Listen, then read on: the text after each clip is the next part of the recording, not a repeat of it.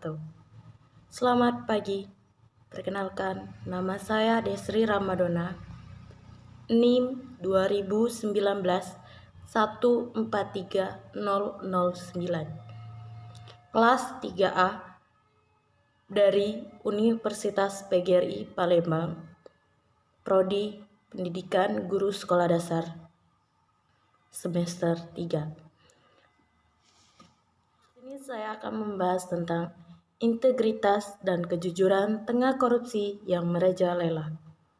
Sebelum itu, apa sih integritas dan kejujuran? Dan apa hubungannya dengan korupsi yang merajalela? Kejujuran dan integritas adalah dua hal yang tidak bisa dipisahkan. Mau tahu alasannya mengapa? Karena ketika kita melakukan sesuatu dengan ketidakkejujuran, maka kita tidak akan mendapatkan integritas yang baik. Coba kita lihat, di zaman sekarang masih adakah yang bisa ditemukan orang yang bersikap kejujuran dan integritas, ataukah sudah hilang? Di sini contoh saja pada kejadian Sekda Riau yang ditetapkan sebagai tersangka korupsi 1,2 miliar pada tanggal 25 Desember 2020. Nah, berikut ini hasil cuplikan kejadiannya. Selamat menyaksikan. Saudara Sekretaris Daerah Provinsi Riau, Ian Pranajaya, ditetapkan sebagai tersangka oleh Kejaksaan Tinggi Riau.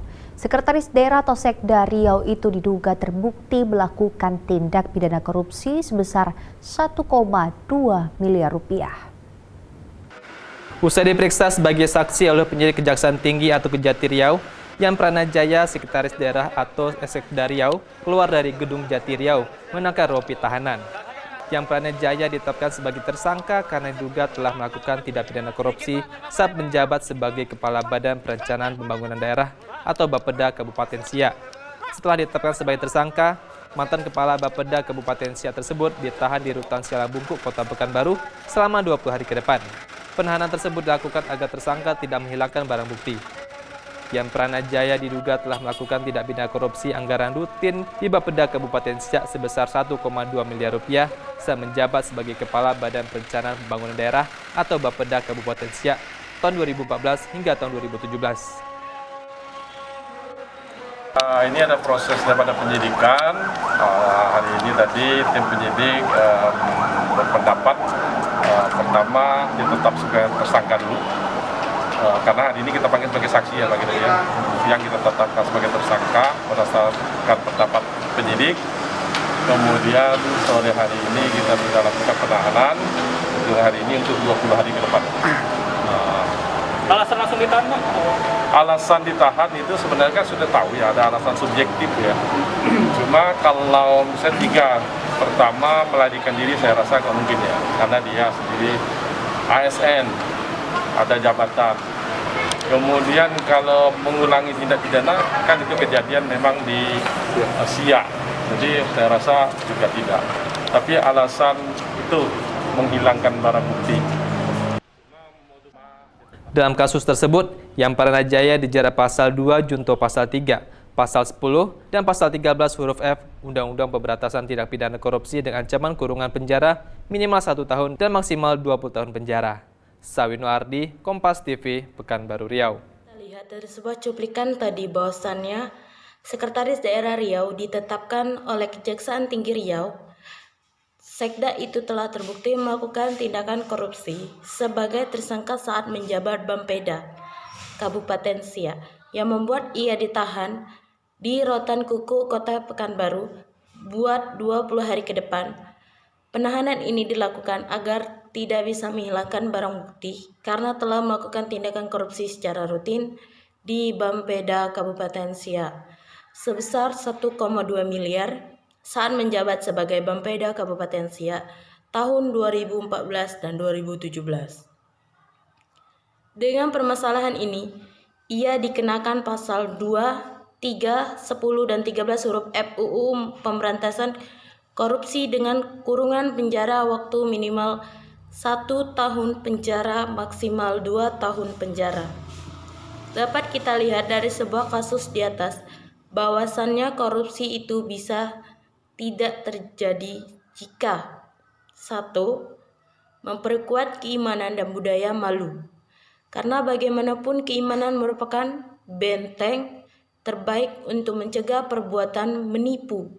Karena orang yang imannya kuat, takut terhadap azab Allah dan merasa senantiasa diawasi oleh Allah meski tidak ada manusia yang melihatnya. 2. Sistem pengajian yang layak. Sebagai manusia biasa, para pejabat maupun birokrat tentu memerlukan uang untuk mencukupi keluarganya untuk tidak agar bisa bekerja dengan tenang dan tak tergoda untuk berbuat curang. Mereka harus diberi gaji dan fasilitas yang layak. 3. Diberi hukuman yang berat. Tindakan pidana korupsi termasuk dalam kelompok tindakan pidana takzir. Oleh sebab itu, penentuan hukuman baik jenis, bentuk, dan jumlahnya disertakan kepada pemerintah. Dalam hal ini, lembaga hukum dan peradilan penentuan hukum terhadap koruptor harus mengacu pada tujuan syarak, maqasid asy-syariah, kemasalahan masyarakat, situasi dan kondisi lingkungan dan situasi serta kondisi sang koruptor sehingga koruptor akan jera melakukan korupsi, dan hukuman itu juga bisa menjadi tindakan preventif bagi orang lain. 4. Penegakan hukum secara tegas dan tanpa pandang bulu. 5. Kesadaran kolektif dan kontrol publik. Harus ada kesadaran kolektif seluruh rakyat negeri ini mengenai pemberantasan korupsi karena penyakit ini sudah mewabah dengan hebat. Tidak cukup kesadaran ini hanya dimiliki oleh segelintir orang saja. Demikian pula, masyarakat harus secara aktif dan terus-menerus mengontrol para pejabat agar tidak melakukan korupsi. Dalam hal ini, peran media sangat penting tanpa harus terkotori oleh berbagai manipulasi dan akrobat politik. Sekian dari penyampaian saya hari ini. Mohon maaf bila ada kesalahan kata yang salah atau kurang berkenan. Dan terima kasih telah menonton video saya. Saya akhiri dengan wabillahi taufiq wal hidayah. Wassalamualaikum warahmatullahi wabarakatuh.